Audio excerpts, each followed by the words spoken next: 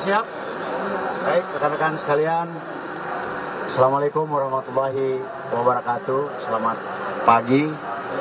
Salam, Om Swastiastu, Namo Buddhaya, salam kebajikan.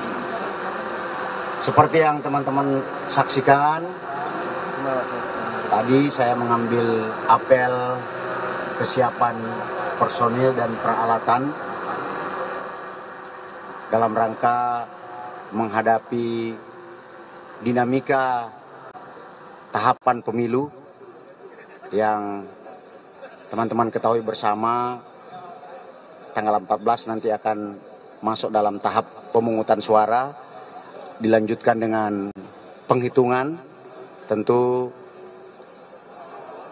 dinamika akan terjadi, oleh sebab itu kesempatan kali ini saya melakukan pengecekan. Sebelumnya juga saya sudah berkeliling ke Polda untuk mengecek kesiapan yang sama, mengecek sejauh mana sistem pengamanan, baik itu objek penyelenggara pemilu, kemudian objek tertentu seperti kantor-kantor tim ses, kantor partai politik yang perlu kita amankan agar semua tahapan pemilu, peserta pemilu dapat berjalan dengan baik. Sebagai informasi kepada teman-teman, dalam menghadapi rangkaian pemilu, Polri melaksanakan 3 operasi sekaligus. Tahapan pemilu itu dengan operasi Manta Brata, kemudian untuk mencegah terjadinya polarisasi dan hoak dan sebagainya di dunia cyber maupun di dunia nyata, ada operasi Nusantara Cooling System untuk menjaga kesejukan di tengah-tengah kontestasi, dan yang ketiga adalah operasi kontingensi manakala dalam pelaksanaan pemilu ada gangguan Kamtibmas, baik itu bencana alam, kemudian gangguan-gangguan kejahatan intensitas tinggi lainnya seperti terorisme maupun konflik sosial. Tadi yang tergelar di depan teman-teman adalah pasukan yang dipersiapkan untuk pengamanan objek tertentu dan objek penyelenggara pemilu. Sekaligus kalau kontingensi adalah untuk pergeseran pasukan apabila terjadi perkembangan dinamika situasi di seluruh Indonesia. Di samping itu juga ada Brimob masing-masing Polda dan Sabara Nusantara yang total jumlahnya sekitar 4.500 untuk seluruh jajaran. Kemudian untuk Korbrimob ini untuk Satgas operasi kontingensi sejumlah 3.500 personil yang siap kita gerakkan. Tentunya juga untuk operasi rutin pengamanan operasi Manta Brata di masing-masing Polda oleh Kasat Gasda, ada Brimob yang berada di Power and Hand para Kapolda yang jumlahnya sekitar 25.000 Brimob seluruh Indonesia. Jadi ada Brimob Nusantara, ada Dalmas Nusantara dari Sabara yang kita sudah siapkan. Karena gini, teman-teman lain di Polres kan melaksanakan pengamanan langsung di TPS. Nah, pasukan-pasukan cadangan inilah yang akan menghadapi manakala ada dinamika di lapangan. Saya kira itu rekan-rekan sekalian. Intinya Polri hadir nanti dengan langkah-langkah semaksimal mungkin di langkah-langkah preemptif dan preventif. Manakala ada peningkatan eskalasi, tentu pendekatannya sangat humanis seperti penekanan saya tadi. Polisi hadir sebagai pelindung, pengayom, pelayan, agar situasi bisa terus damai dan sejuk. Ini rekan-rekan sekalian yang bisa saya sampaikan. Kalau ada pertanyaan mungkin 3 saja. Ya. Yang mana dulu? Ya, sebelah kanan, nanti yang tengah, kemudian sebelah kiri. Ya, silakan.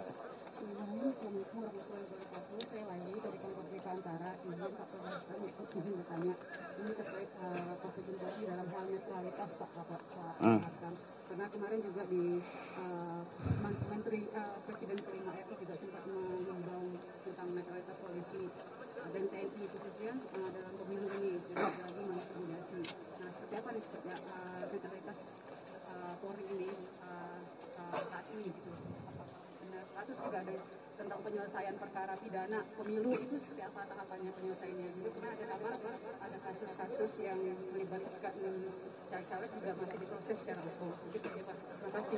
Saya jawab yang kedua dulu terkait dengan penegakan hukum tindak pidana pemilu.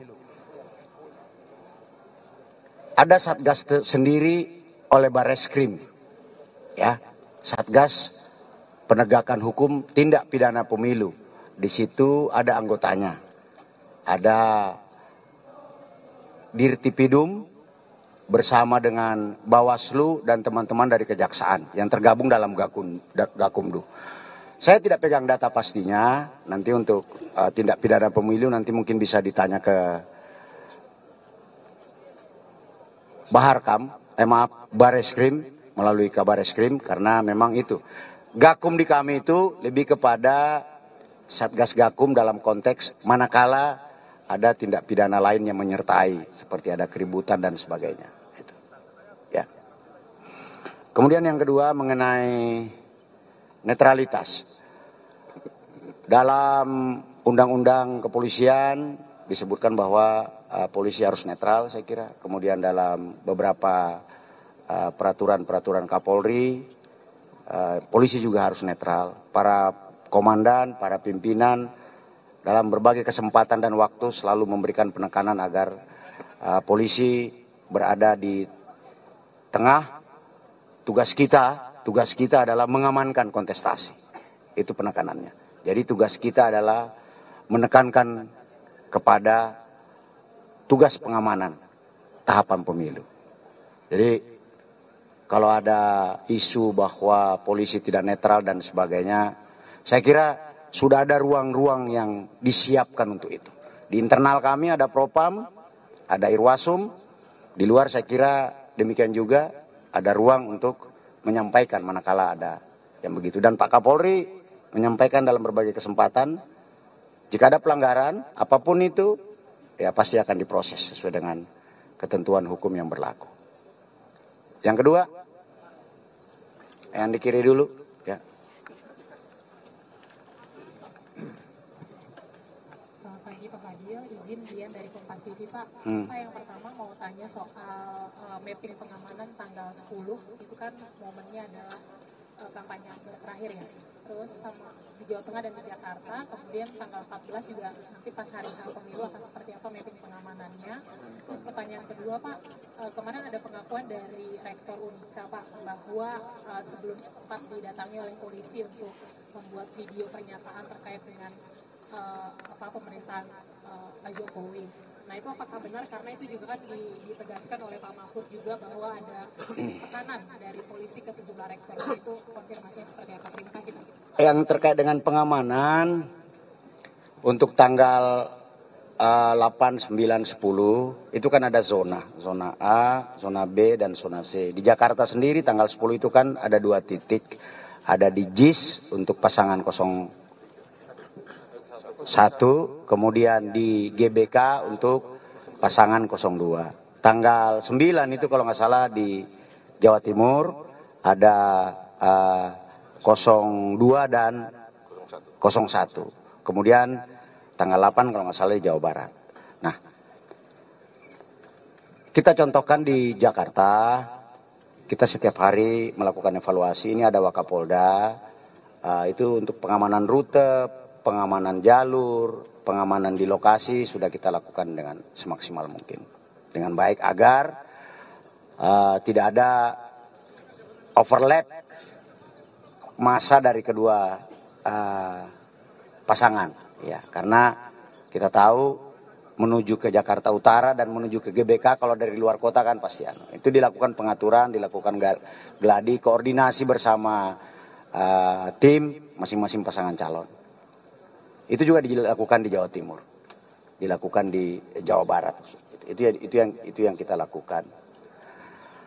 Yang penting barangkali kami menghimbau kepada tim sukses dari masing-masing pasangan calon untuk terus membangun koordinasi dan komunikasi yang baik, sehingga pengaturan jalur ini tidak bermaksud untuk mengintervensi, tapi lebih kepada kelancaran dan tertibnya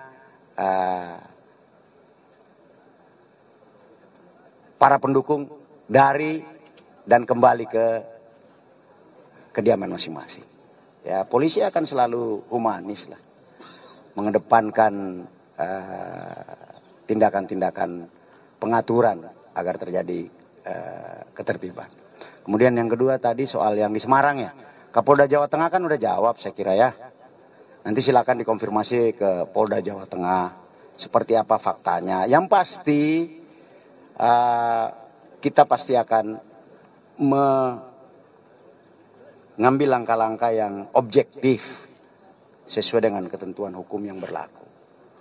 Kan katanya, nah itu yang akan kita buktikan nanti, akan dilihat pasti. Ya.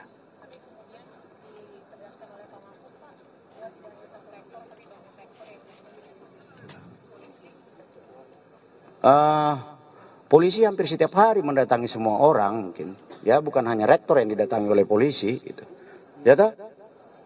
Ya, tokoh masyarakat, tokoh agama, tokoh pemuda. Ini barangkali karena yang didatangi rektor aja, kemudian ada momentum-momentum seperti itu lalu kemudian menjadi sebuah perbincangan. Tapi apapun itu pasti akan kita